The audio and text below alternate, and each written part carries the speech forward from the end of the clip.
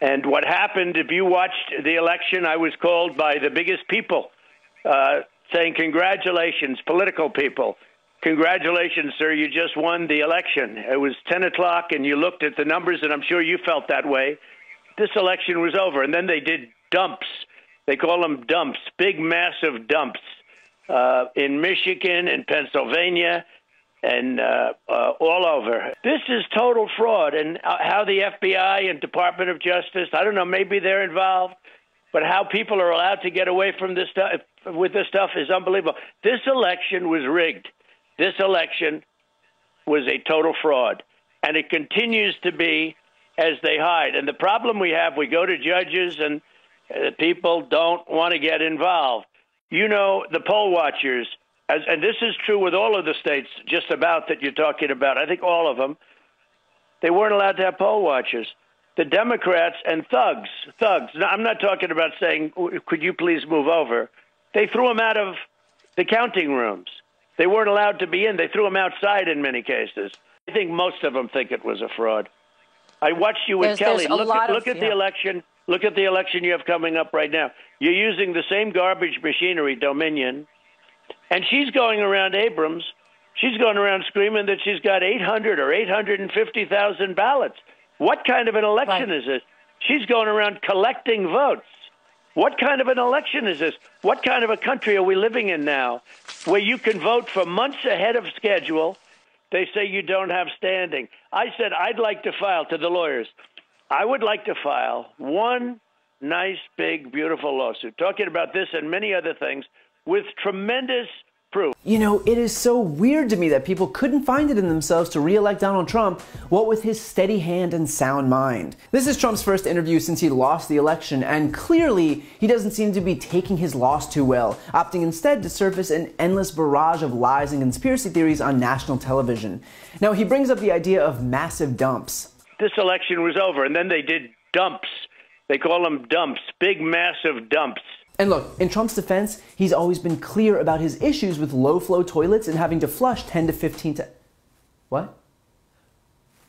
Oh, he's not talking about those dumps. So Trump's beef with, quote, vote dumps was this conspiratorial notion that Democrats were just adding massive amounts of fake votes under the cloak of darkness to push themselves over the edge. In reality, if large numbers of votes were reported, they were nothing more than tallies from populous jurisdictions like big cities reporting their results. Of course, the number of votes are going to be high because there are a lot of people living in those places, meaning a lot of votes are being counted. If Trump has a problem with these numbers coming in, then he has a problem with the very concept of election results. Consider too that even if something nefarious was going on, and bear in mind, there is zero evidence to support that, but even if there was, consider the fact that every audit and recount only validated the original results, and those were done by hand using paper ballots. From Georgia to Wisconsin to Pennsylvania, the audits confirmed what we knew from the initial results, which is that there was no fraud and the counts were correct. Trump then goes on to lambaste the FBI and DOJ for not getting involved, even going so far as to claim that they themselves are involved in the supposed fraudulent scandal being propped up. I mean, think about that. This is the President of the United States who lost the election by over 6 million votes, who is so desperate to find a scapegoat to diffuse responsibility off of himself that he is literally blaming his government and the directors that he appointed for supposedly being involved in a conspiracy to make him lose an election. The FBI is led by Christopher Wray, who Trump appointed. The DOJ is led by Bill Barr, who Trump appointed. And yet Trump is suggesting that those people wanted him to lose the election. Yeah, no, it makes total sense. Trump even claims, with a straight face, that poll watchers were thrown out of counting rooms, which is unequivocally false. The Trump campaign even brought the issue to court, where a U.S. District Judge, Paul Diamond, an appointee of Republican President George W. Bush, asked the Trump campaign lawyer during the hearing if poll watchers were indeed allowed in the rooms where election workers were processing mail-in ballots in Philadelphia. The lawyer replied, "There is a non-zero number of people in the room," meaning that despite Trump's complaints, there were Republican officials observing the counting of ballots. That judge eventually threw out the case, and even the Pennsylvania Supreme Court ruled that distancing regulations at polling sites were reasonable, in that they allowed poll monitors to see what was happening per state law. There was even another poll watcher case in Michigan seeking to halt the state's vote certification process. But once again, the plaintiffs offered no evidence to support their accusations, and that case was dismissed as well. Meaning that the Trump campaign was happy to say one thing in public, But when it came time to actually back up their claims, they never actually had one scintilla of proof. Trump then goes on to claim that Stacey Abrams in Georgia is collecting 800 or 850,000 ballots, pretending that Abrams having registered 800,000 Democrats in Georgia, which is what she did, means that she has 800,000 ballots socked away in her living room. It is the epitome of a bad faith take.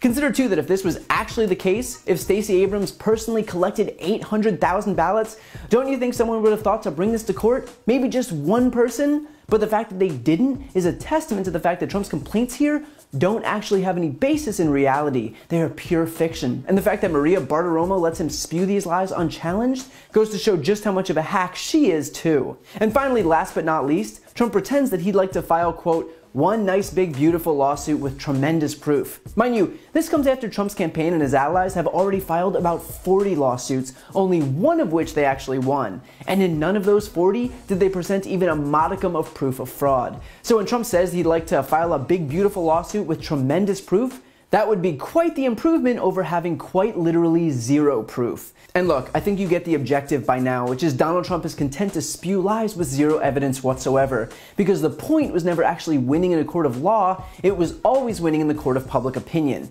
And he thinks that if he can repeat his claims over and over and over again, that eventually he can convince enough people that what he's saying is true. But embarking on a wide-scale disinformation campaign isn't going to will his alternate reality into existence. It's only going to make him look like an even worse loser than he already is. And it'll make Maria Bartiromo look like a doormat for him as well. So if they want to traffic in disinformation, that's on them. But the optics aren't helping either one of them, and they're certainly not going to change the results of this election.